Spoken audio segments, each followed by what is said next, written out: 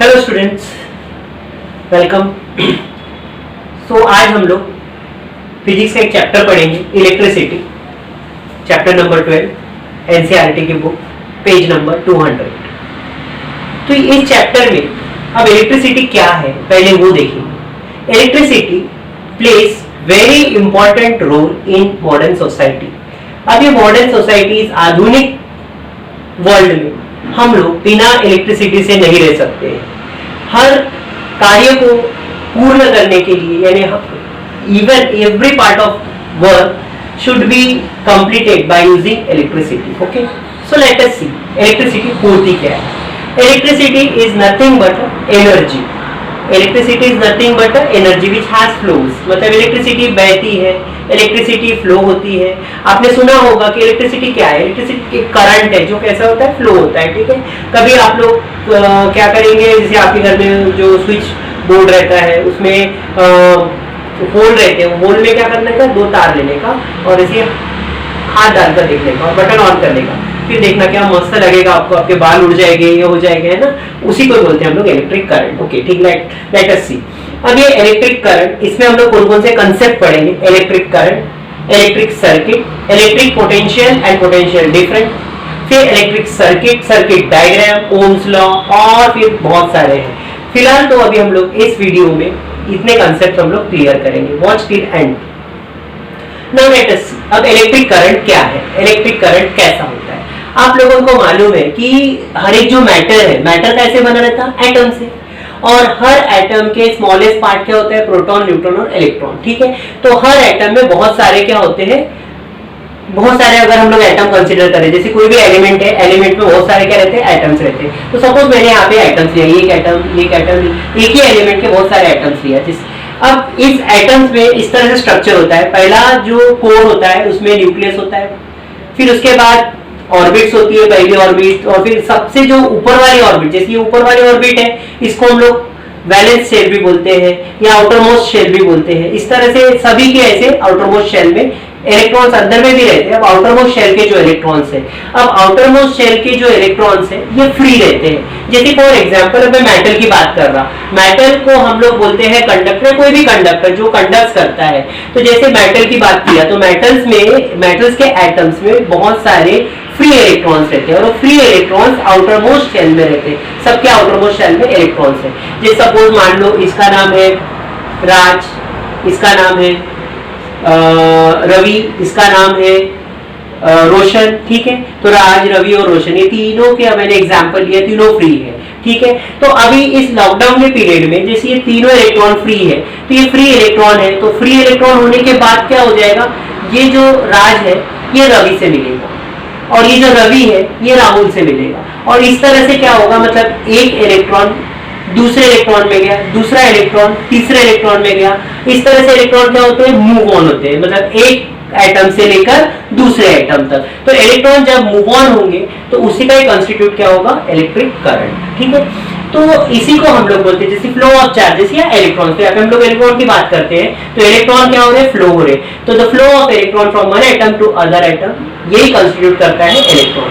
अब हम लोग थोड़ा सा एक स्ट्रक्चर पढ़ते हैं। जैसे ये मैंने लिया मेटल, ये देखो ये आपको फिगर दिख रहा है, यहाँ पे मेटल लिया। Metal contains the large number of free electron. वही देखो जैसे लकड़ी हो गई या रबर हो गया, रबर में भी करंट फ्लो होना चाहिए या लकड़ी में फ्लो होना चाहिए। अब रबर और लकड़ी, इसको इंसुलेटर बोलते हैं, उसमें करंट क्यों नहीं फ्लो होता, क्योंकि उसके एटम के इलेक्ट्रॉन फ्री नहीं रहते हैं। अब एटम्स के इलेक्ट्रॉन फ्री नहीं रहने के कारण वो एक एटम से दूसरे एटम में मूव ऑन नहीं होंगे। अब एक एटम से दूसरे एटम में मूव ऑन नहीं होने के कारण वो इलेक्ट्रिक करंट कंस्टिट्यूट नहीं करेंगे। अब यहाँ पे देखो ये जो इलेक्ट्रॉन हम लोगों ने फिगर में बनाया, तो इलेक्ट्रॉन फ्री है।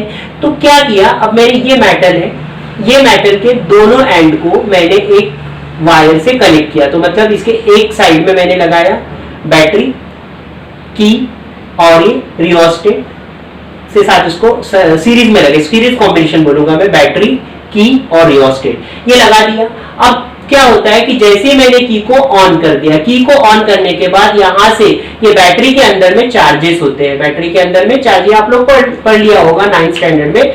अब इसमें बैटरी के अंदर में बहुत सारे क्या होते हैं, पॉजिटिव चार्ज होते हैं। अब ये जो चार्ज है ये फ्लो होंगे। अब ये चार्ज जब फ्लो होंगे तो यहाँ से जो इलेक्ट्रॉन है ये क्या होंगे, इसके तरफ आकर्षित होंगे, मतलब इसके तरफ मूव ऑन रहेंगे। जैसे फॉर एग्जांपल अगर मान लो कोई सेलिब्रिटी, जैसे कि अगर शाहरुख खान अगर आ जाता है तो शाहरुख खान को देखने के लिए बहुत सारे ऑडियंस आती है, बहुत सारे लोग देखने को तड़पते हैं, यानी मूव ऑन होते हैं उसके तरफ। तो वैसे ही क्या होगा कि जब यहाँ से चार्ज आएगा तो ये इलेक्ट्रॉन क्या होंगे, उसके तरफ मूव ऑन होंगे।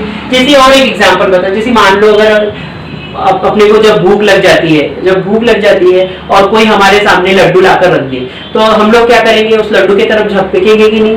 वैसे ही क्या होता कि जब ये जो पॉजिटिव चार्ज आयंस है इसका लेवल क्या रहता है, ज्यादा रहता है किससे, इलेक्ट्रॉन के, और इसके साथ क्या रहेगा, अट्रैक्शन। इसीलिए भाई कौन आया करके इन लोग इसके तरफ क्या हो गए, मूव ऑन होंगे। तो जैसे ही इलेक्ट्रॉन मूव हो गए, मैंने आपको बताया था इलेक्ट्रॉन का मूव होना मतलब करंट का फ्लो होना होता है। तो जब इलेक्ट्रॉन ऐसे ही मूव होंगे तो यहाँ से चार्ज इधर आएंगे तो इलेक्ट्रॉन ऐसे ही जाएंगे, तो इस तरह से पूरी एक सर्किट कंप्लीट होगी और इसी को ही बोलते हैं अपन करंट। तो करंट की डेफिनेशन क्या होंगी, the flow of electrons, okay, या flow of charges from higher level to the lower level. तो हायर लेवल क्यों, ये प्लस है और ये माइनस है। अब लेवल कैसे पता चला, आप लोगों को मालूम है, जैसे पानी है, जैसे हम लोगों ने दो टैंक लिया, एक टैंक ए और एक टैंक बी, दोनों टैंक को हम लोगों ने लगा दिया।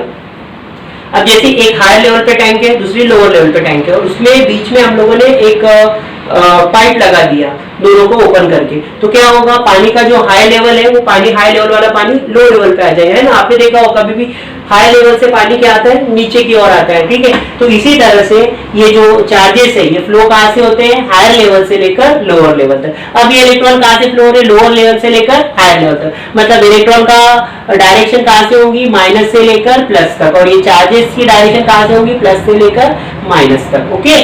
मतलब करंट को तो हम लोग देखते नहीं, इसलिए हम लोग क्या बोलते हैं, कन्वेंशनल करंट। क्या बोलते हैं, conventional current. Conventional current flow from higher level to the lower level. तो इसका फॉर्मूला क्या बनेगा भाई, इसका अभी कोई एक फॉर्मूला बनाएंगे अपन। तो इलेक्ट्रिक करंट का फॉर्मूला क्या होगा, rate of flow of charge, rate मतलब टाइम, तो चार्ज फ्लोइंग पर यूनिट टाइम, मतलब जब तक अपन ने ये की को ऑन किया तब तक ये चार्ज क्या होंगे, फ्लो होंगे। तो चार्ज जब तक फ्लो होंगे, जब तक अपन ने की ऑन किया, मतलब किया जब तक, यानी क्या होगा, टाइम। इसलिए इलेक्ट्रिक करंट यानी क्या होगा, चार्ज फ्लोइंग अपॉन टाइम। तो इलेक्ट्रिक करंट को हम लोग डिनोट कैसे करते हैं, आई से, और चार्ज को कैसे डिनोट करेंगे, क्यू से, और टाइम को कैसे डिनोट करेंगे भाई, टी से, ओके। तो ये फॉर्मूला क्या बना, I equal to Q upon T, okay.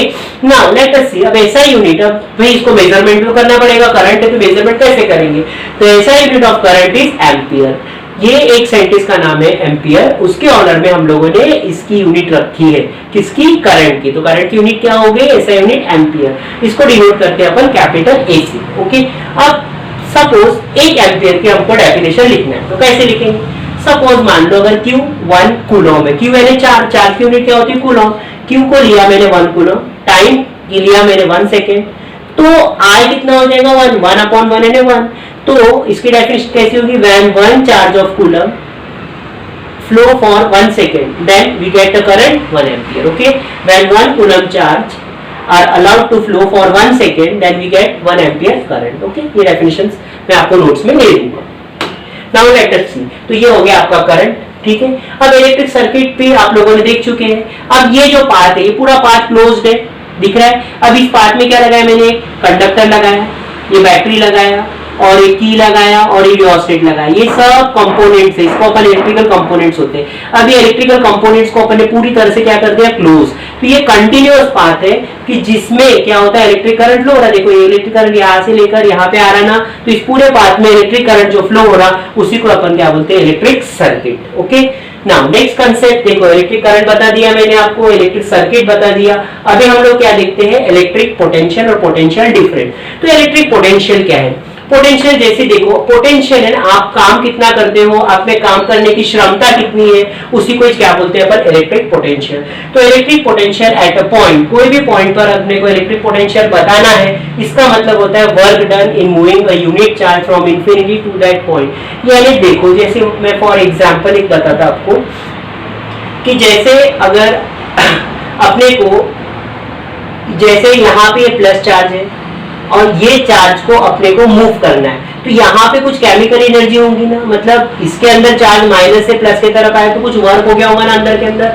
तो अंदर के अंदर वर्क हो गया, मतलब केमिकली वर्क होता है, जिसके कारण वो चार्ज क्या होता है, एक लेवल बनाता है लो से लेकर हाई तक, और जब वो लेवल बनने के बाद वो फ्लो होता है। तो ये सब करने के लिए क्या करना है वर्क। भाई ये चार्ज तो खुद ब खुद फ्लो हो रहे क्या, नहीं, हमने सिर्फ अप्लाई किया तभी तो चार्ज फ्लो हो रही। तो चार्ज फ्लो हो रहे मतलब ये काम किसने किया, हमने किया क्या, नहीं किया, किसने किया है, चार्ज ने। तो चार्ज ने क्यों किया, क्योंकि उसमें एनर्जी होगी। एनर्जी कैसे गिनते हैं, पोटेंशियल। पोटेंशियल एनर्जी आप लोगों को मालूम है, जो स्टोर्ड एनर्जी रहती, मतलब ये बैटरी के अंदर में जो स्टोर्ड चार्ज थे वो क्या किए, वर्क डन कर रहे। ठीक है, तो electric potential at a point is the work done in moving a unit charge from infinity to that point. मतलब देखिए अब यहां से एक एक चार्ज मूव हो रहा है।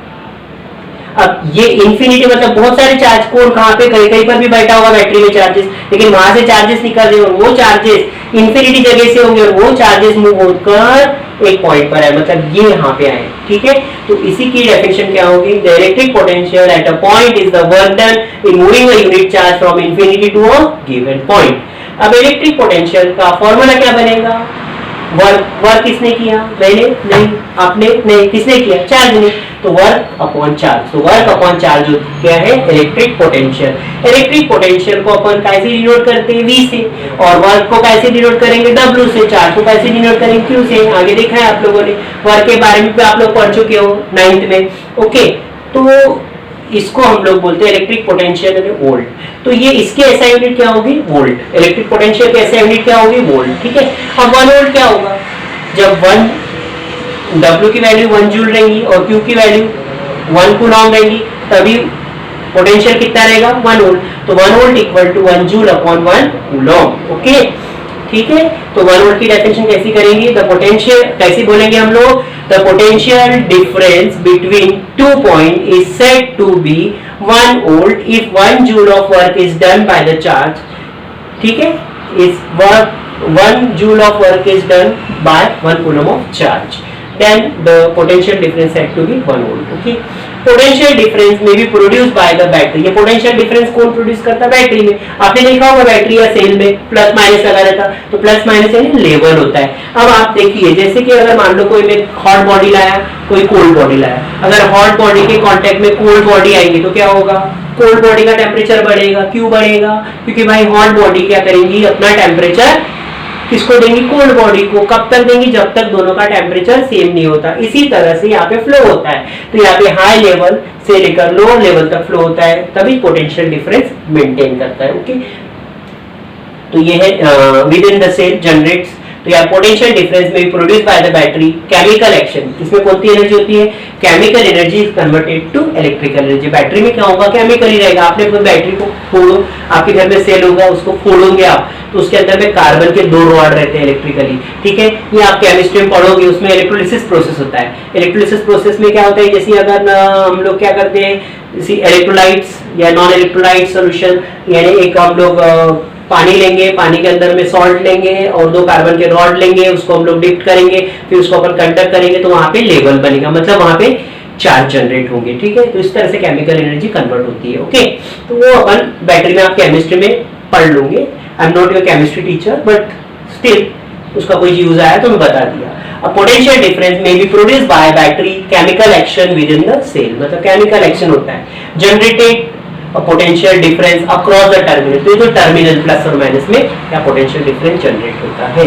सर्किट डायग्राम, अब सर्किट डायग्राम, बात ये है सर्किट डायग्राम, तो ये जो मैंने पूरा बनाया, अब बताओ मुझे क्या करना है, जैसे कोई भी चीज को बनाना है या कोई भी चीज को डेवलप करना है, तो जैसे अब मैं मेरे घर पे करंट वगैरह लगाना है, मेरे घर में सप्लाई लगाना है, तो मैं एक एक ऐसे जब एक पेपर में बताना है तो मैं इतना बड़े कंपोनेंट रेफ्रिजरेटर लाकर रखूंगा क्या, या अमीटर लाकर रखूंगा, या वोल्ट मीटर लाकर रखूंगा एक जगह पर, फैन को लग रहा है बल्ब लाकर रख दूंगा क्या, ऐसी नहीं।